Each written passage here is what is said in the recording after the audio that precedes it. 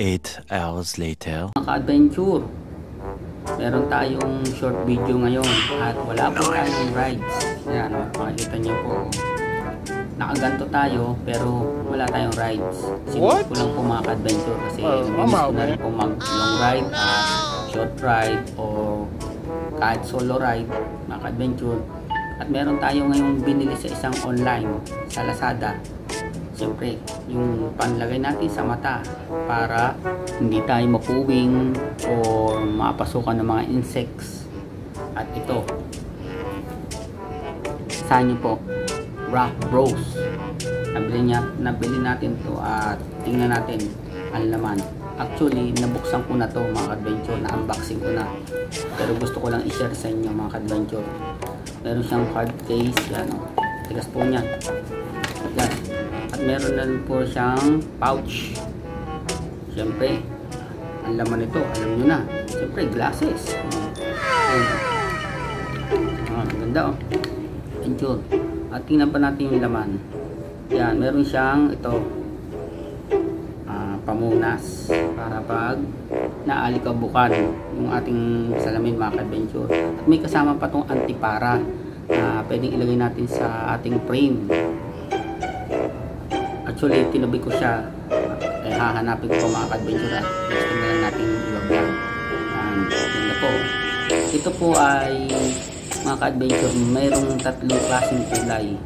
Kapag po siya ay maaraw, nagiging dark gray ang kulay niya, yung kanyang glass niya. Kapag naman po overcast, nagiging light gray po siya mga ka-adventure. At kapag naman po gabi, night, nagiging transparent yung kanyang glass. Yan, transparent night. Yan. At isa pa po, maganda po siya. Yan. Ganyan po na. Yan, meron po siya dito. Yan, pangalan po. At kapag po tayo dahil sa gabi, kailangan suot natin to kasi maraming mga umaano mga insect kapag gabi. Pupunta sa ating mata na pwede tayo ma-irritate, mapuwing, hindi natin makita yung daan, pwede tayo ma-aksidente. Yan, yun po. Maganda po siya talaga. Tapos ang kanya pong price ay ilalagay ko dyan sa screen. At kayo na po ang bahala kung sulit ba sa kanyang price. O okay naman, authentic naman siya mga ka-adventure. Authentic. Kaya nabili ko siya. Maganda siya talaga. Pwede pang motor. Pwede rin yata ito sa motor mga ka-adventure. Siyempre, lalo na sa mga nagbabike. Mga ka-adventure. Tapos, ano ba? Shoutout nga pala kay Jason Corpus. Nagpapashoutout sa akin. Tsaka kay at Joel Maxwell. Joel Maxwell 1881. Yan. Shoutout sa iyo mga ka-adventure at kapadyak, kaputput o ka-adventure o anuman sa mga nagra-race sa atin dyan araw-araw. Ingat tayo sa daan, lalo na sa mga malalaking 4 wheels na tumatabi sa atin. Huwag po tayong makipagsabay sa kanila kasi pwede tayong ma-aksidente.